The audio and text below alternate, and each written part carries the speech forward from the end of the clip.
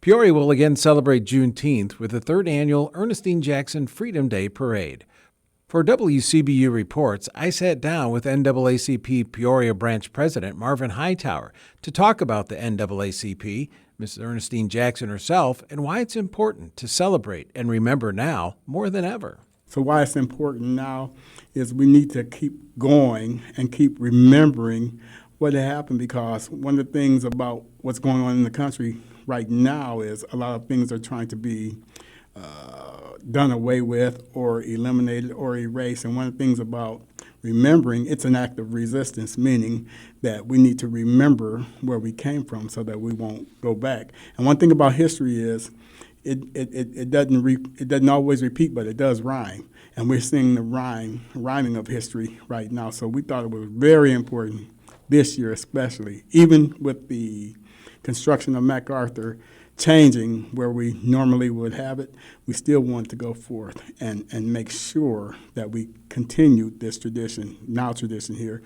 And as far as Ernestine Jackson goes, she worked for the city in the 70s as the EEO officer, for lack of a better term. She was the first one to put an affirmative action plan together for the city back in the 70s. And this, of course, was after the Civil Rights Act. And during the 70s is when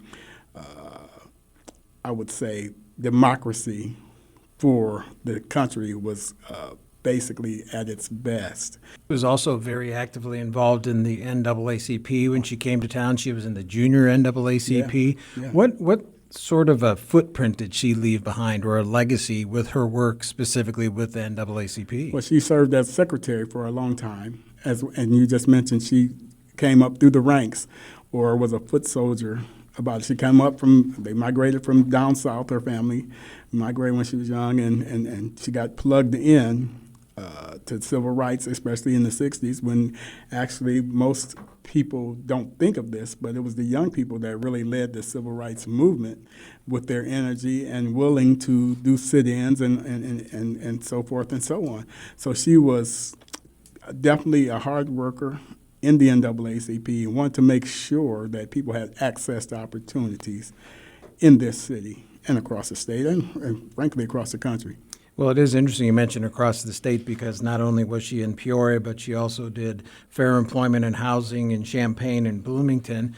A great model for anybody that, if you see something, do something if you think it's not right. And she certainly modeled that her entire life. Exactly right. She was what you call a model community servant. So let's talk finally a little bit about the NAACP for people that don't know. What do you specifically do as the director, and what does the NAACP want to provide to the people that it serves in Peoria? Civil rights, that's what we do. We do civil rights advocacy.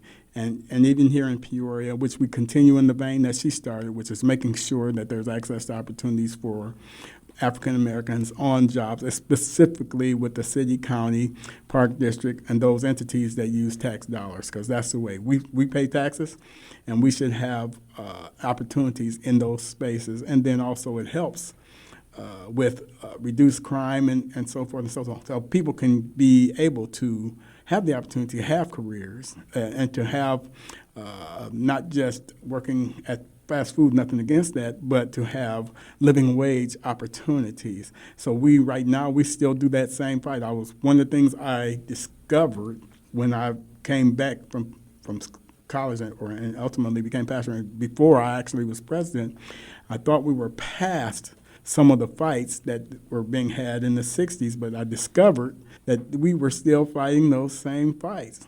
They were disguised, they were covered over, but we were still having those same issues. And as a result, we see what's happening now in the National Square.